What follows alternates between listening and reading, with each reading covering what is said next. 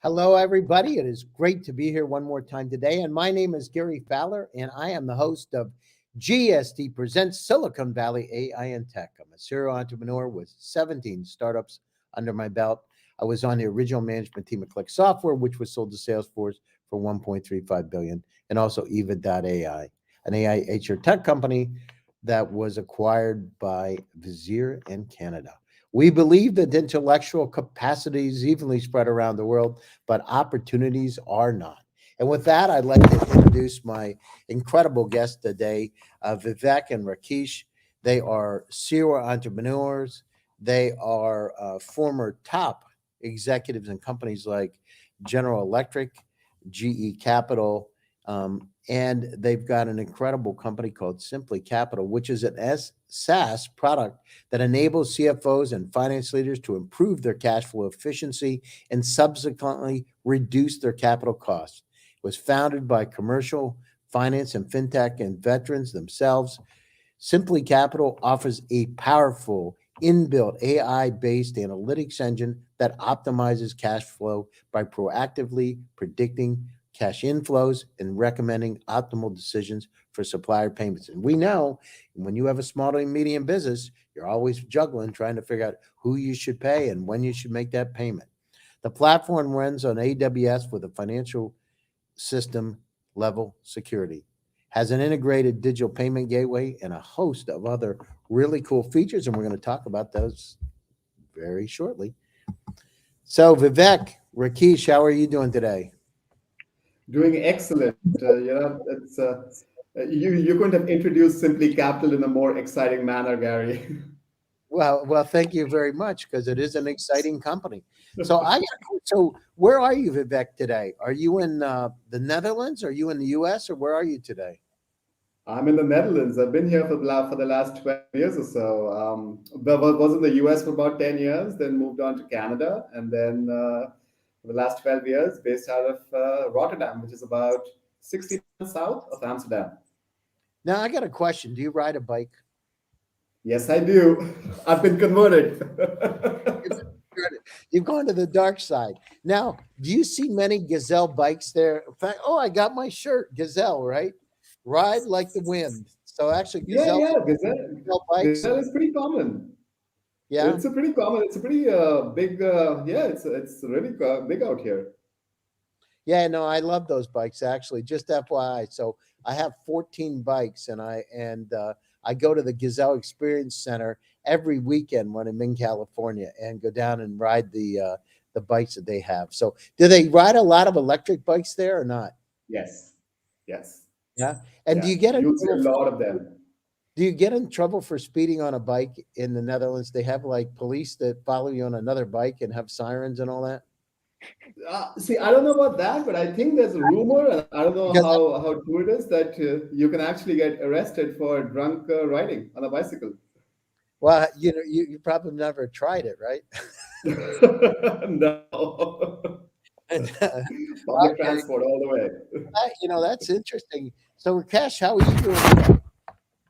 I'm doing very well, Gary, and this is very exciting. So thanks for the great introduction so far. Yeah, yeah. So, tell me a little bit about it. Where are you today? Are you in New York? Are you in Connecticut? Where are you? I'm actually in Connecticut. Yeah, just a little off of New York, just an hour away from Manhattan. Now, you riding your bike up there, or do you forget about bikes in New York and drive your car? No, no, just we ride bike only for recreational purposes. So there's a lot of hills here, not like Netherlands. It's not flat.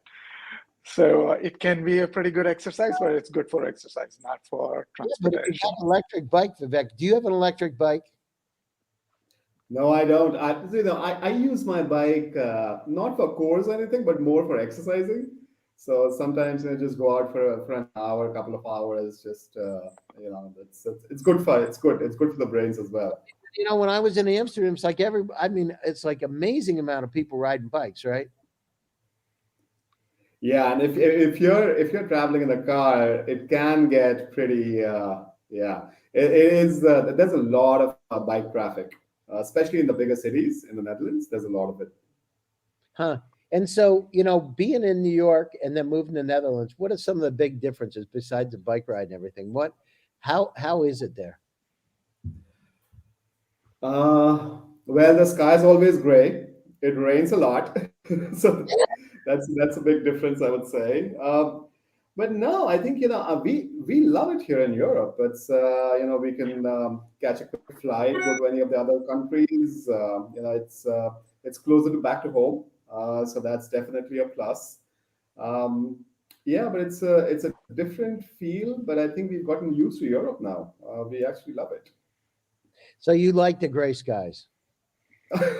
No, no, I still complain about the weather. I still complain about the weather. What do people do if it's gray all the time? What do they do? They got bike ride and all that, but what do they do? I mean, how do they get the sunlight? No, look, I mean, you do get sun. It's not like that, but still, I mean, it's well, what do they do? I mean, we take a lot of vitamin D tablets, I guess. I got it. Wow, interesting. So tell me a little bit about it. So Rakesh, so what's your journey like? So, you went to you graduated from Delhi College of Engineering. Why in the world did you go to Alabama, by the way? Did you just wake up one day and say, listen, I'm going to Alabama. I figured I wanted to have some grits and some Southern fried chicken and stuff. I mean, what happened? Well, I guess Alabama was the one who gave me full scholarship to come, There you and well, there you go. I had the admission with a free scholarship. Come and get a master's. It was really good from that perspective. now And did I'm you not kidding. Most interesting thing, the day I was flying to Alabama, I still remember in the flight when you used to have one big screen and you all watch same movie. We had Forrest Gump on it, and I had no idea that I'm going to the college where Forrest Gump went to. So it was quite interesting experience. There you go. Can you imagine? Every day's like a box of chocolates, isn't it, Rakesh? Absolutely, Never yes. know what you're going to get. And we love football. It's great. Yeah. You love football, and did you start running a lot? Well, there are a lot of people running for me. Yeah, that's I all got right. it. That's great. Wow, you're going to the right place. I can't think of a more focused person than Forrest Gump. I just Yes. running and running and running, and then I turned back and I ran again. That's great. Okay, so so you were at Toyota, DCM Toyota. What made you decide to go to Alabama? And did you just was it a dream? Because as soon as you graduated from Delhi, it seems like you were working for DCM Toyota, and you worked there what 3 years or so. What made you decide to go to Alabama besides the scholarship? Well, I think I always wanted to do masters, and in fact, I wanted to do a PhD, but didn't end up doing PhD. Uh, but I was working with Toyota. It was a great company, a super engineering job. But my interest has always been in mathematics, and this program that University of Alabama had. It's a master's in industrial engineering. You could focus on operations research, math modeling, and things like those. That was my passion, still is a passion. So got a chance to come there. Like I said, I got paid to go to college. Couldn't be better, and landed in Alabama just like that. Now, how did you go from University of Alabama, where you got your master's science and industrial engineering? How in the world did you become a marketing analyst and then move into marketing? Because it didn't seem like that's a different kind of career path. You wake up one day and say, I love marketing. I'm going to move. What happened? Well, actually, interesting. I would say FedEx is a great company where I joined, and very early on, analytics and math was important for them to figure out how to run the company. So I joined there as market analyst, but I was building marketing mathematical models to optimize FedEx's network, where we could go next. And if you can think of FedEx, it's really you're selling a network. So if you change, one flight leg, it can impact the entire, flight network. So 200 plus airports, hundreds and thousands of flights going in. Everything gets affected if you change one. So the idea for employing people who are mathematically oriented in marketing was, very relevant in FedEx. In fact, my first boss was a PhD in operations research, which we connected very well because of that. So I was building mathematical models to project where FedEx should go next, and that's where the connection was made. Was sort of a new application, you can say, for industrial engineer, but it was very interesting. Okay, so so if you go down to it, so Vivek, what made you? So I got a question for you. Why in the world did you go to University of Iowa? Were you into wrestlers, or what was the deal there? Because that's one of the things. Field wrestlers, right? Look, it's no. I am a big Hawkeye, so I'm still into college football, just so you know. And no, it was pretty much for the same reasons as Rakesh. I got a full scholarship, and at that point in time, the business school in Iowa was ranked 17th in the U.S. So I got a pretty good deal, and when I landed there, I probably two of the best years of my life. I had a lot of fun. I had a blast out there. Now, did they really like wrestling, like everybody says? Because I know Dan Gable, and they have some of the best wrestlers in the world. The Olympic wrestlers. Seriously, come out of there. Was it that big of a deal there?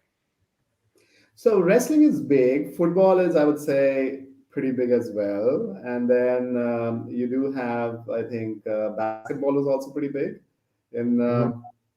in Iowa. So yeah, I mean it's a big sport. That university is really big on sports.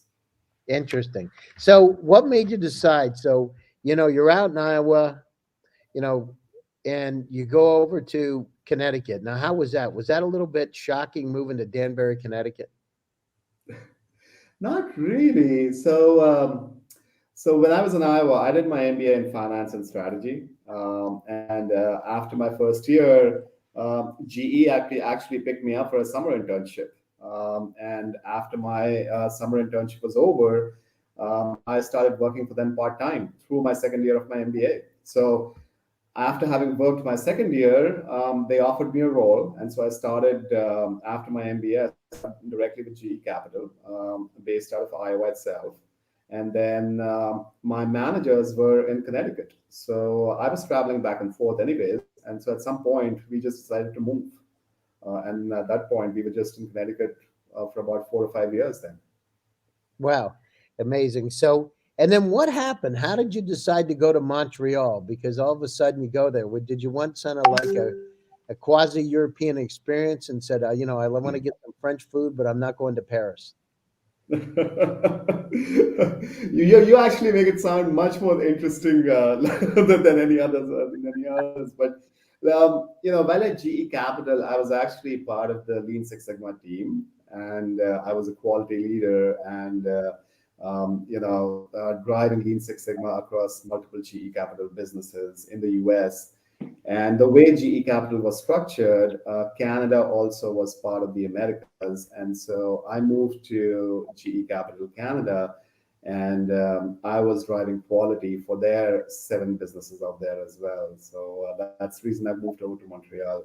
And then from Montreal, moved to the Netherlands, again, part of GE Capital. So the good part about working in a company or like in a conglomerate like GE is that you get to travel and you get to be different parts of different businesses. Now, when you moved over there, did you ride bikes before you came over? I'm curious about the bike thing. I'm kind of addicted to it. So, did you come back and say, I'm now one of the crowd. I'm not gonna pay so much money for cars, or how did it work out? Was it easy to assimilate into the culture in the Netherlands and adopt, or how was that? It was. I mean, it's a very welcoming culture. I mean, a lot of pretty much. It's really good because there's a lot of English speaking folks out here initially for people. I mean, obviously, I speak a little bit of Dutch now, but riding a bike is, I used to ride a bike when I was in India during school. So for that part of it came easy. I have to admit, I didn't buy my first bike in the Netherlands till about 4 or 5 years after I landed. But then ever since, it's just been it's been pretty smooth so far. Now, was it, when you were working with GE, were you allowed to bring a car from the US over? Because I know cars are really expensive in the Netherlands, right? Yeah, you could, but I didn't. You You did, could, but I yeah. didn't. Yeah. Interesting. So you did that, you spent 10 years at GE Capital. You were at the senior vice president, order to cash and business transformation. What made you decide? You had this nice, cushy job. What made you decide that you wanted to be an entrepreneur? Look, I mean, that has always played on my mind ever since I started working. Was that I wanted to get exposure into different functions of a business, and eventually, and that's what I told a lot of people, even in GE itself. Eventually, at some point, I wanted to be an entrepreneur. So, getting exposed to different functions like finance, operations, data analytics, and in one of my roles, actually, I was driving data analytics to, create and deploy AI models focused on improving receivables. So, that was pretty close to, we did that for quite some time. And then fast forward a couple of years, and, I started talking to Rakesh about something. And Rakesh and I have known each other for like 15 years as former GE colleagues. And so fast forward a couple of years, started talking to Rakesh, and then we were like, well, if we were to build something for specifically for the mid-market sector, I think there's a huge gap out there that needs to be addressed. And that's literally how Simply Capital was founded. There's so you met each other 15 years, you decided to do it. Was it tough making the decision because you're both at GE at one point, right? Was it tough making the decision, to do the jump, or did it just happen one day, or was it over time? You finally said, I've made some great money. I'm going to now, take the leap of faith and go forward. What was it? Do you remember the day you made the decision? I think it evolved over multiple conversations. And the more conversations we had, the more it helped in making my decision. I have to say that it was either do it now, or I don't know if I'll have the appetite to start something 5 or 10 years down the line. But I was really passionate about this, not just about starting a business, but also about what we could contribute to the middle market segment, right? So it's sort of a two-founded angle where the decision was pretty easy, so to say, but it did take some time. Rakesh, how was the decision for you? Did you make it one day, or what happened? Tell us the real deal. Well, yeah, no, actually, it was sort of a now or never kind of decision for me. So we've been thinking about, actually, Vivek and I have talked many times before also.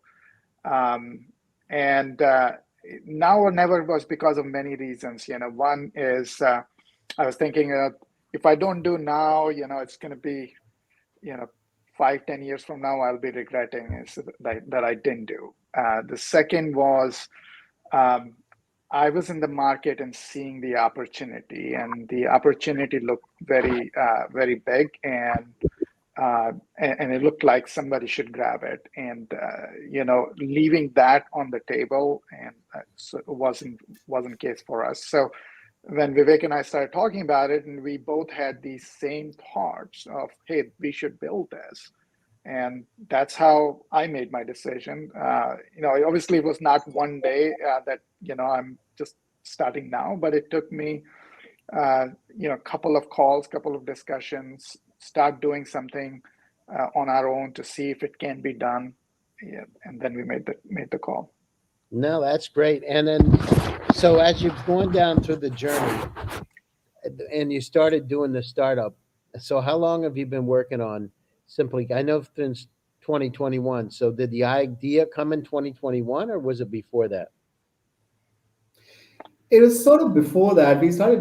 I mean, we were noodling with the concept, right? And then in early 2021, we started having Rakesh and I started having more serious conversations about actually designing the scope, designing the product, how it would feel like.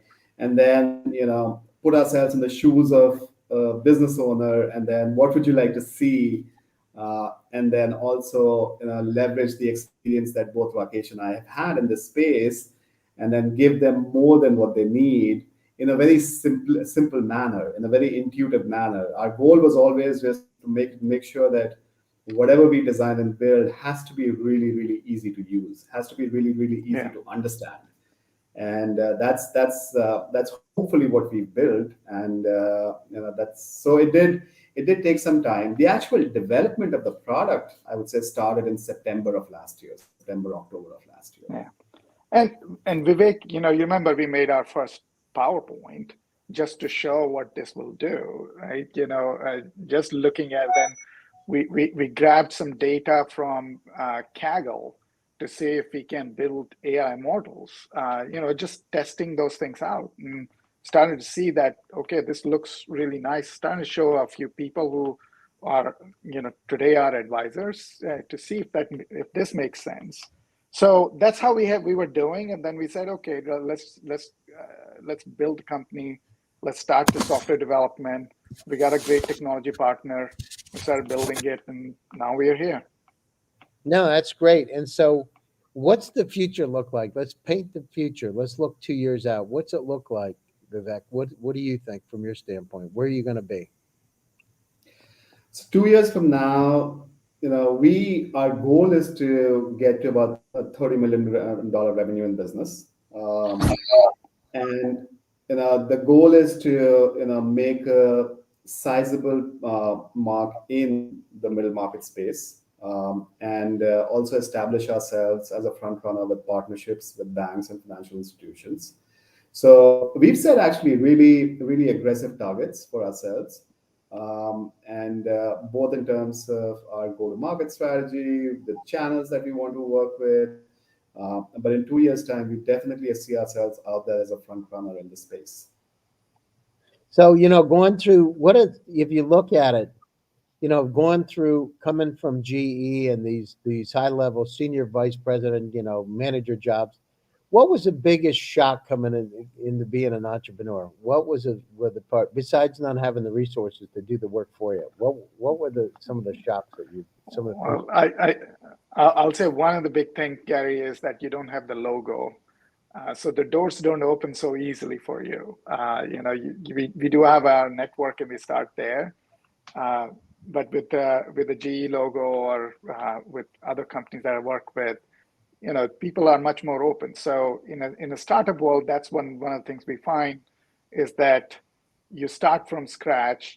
Some people, and that's how you kind of go through. But if you're making a cold call and say, I'm calling from Simply Capital, it's harder for people to respond to you. Mm-hmm. I think that was a big difference between the two. And so, Colin, you didn't have the name brand recognition making the calls.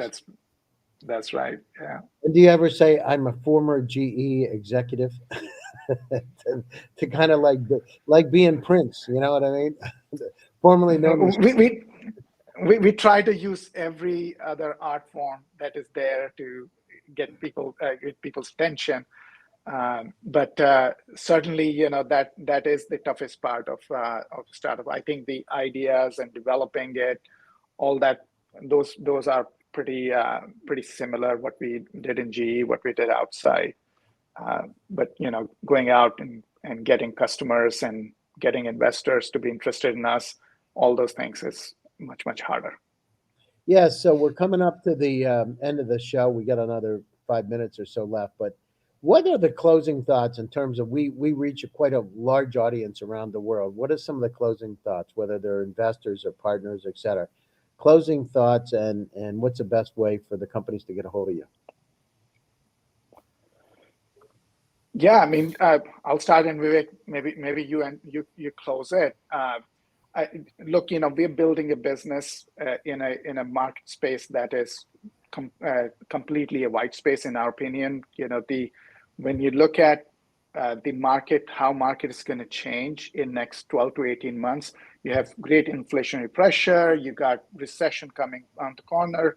You got banks and financial institutions pulling back money.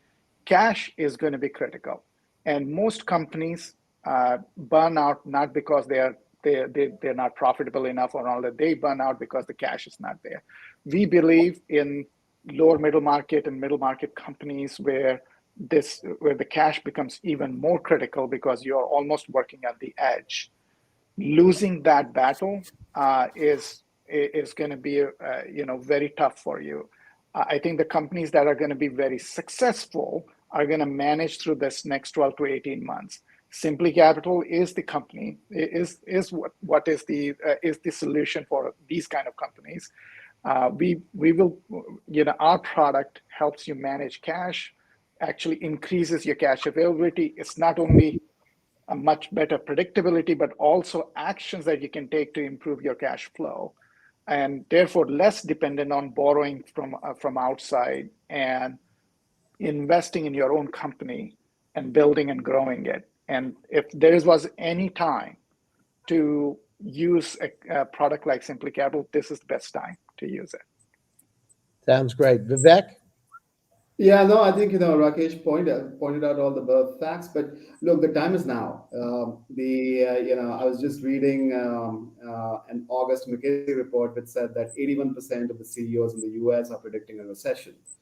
With recession, there's going to be higher cost of capital, and there's going to be higher than longer cost of capital, which the report said, which is actually true. So that increases your borrowing cost. If you think about a small business who's asking for a revolving line of credit from a JP Morgan or Citibank, the big banks are not going to negotiate with small businesses, right? So the interest rates are going to increase.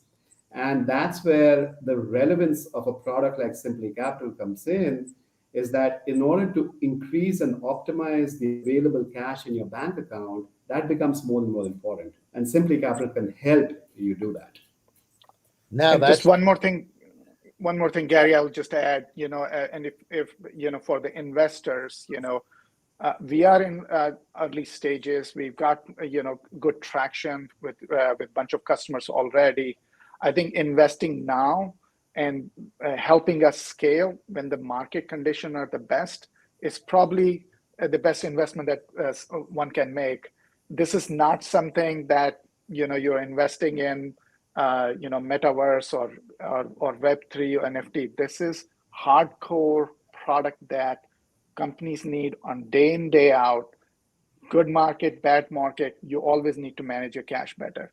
So investing in our company and helping us scale up is going to be a great investment for investors. That's great. Sounds super. So, and how do they get a hold of you? What's the best way, guys, to reach you?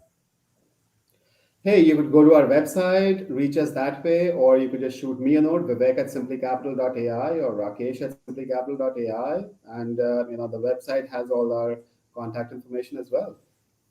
That sounds great. So, to all the viewers out there, if you need to improve your cash flow efficiency and reduce your capital costs, and especially if you're a mid-market company, give these guys a call. They got incredible technology, and they really have the right kind of background to help you pull it off.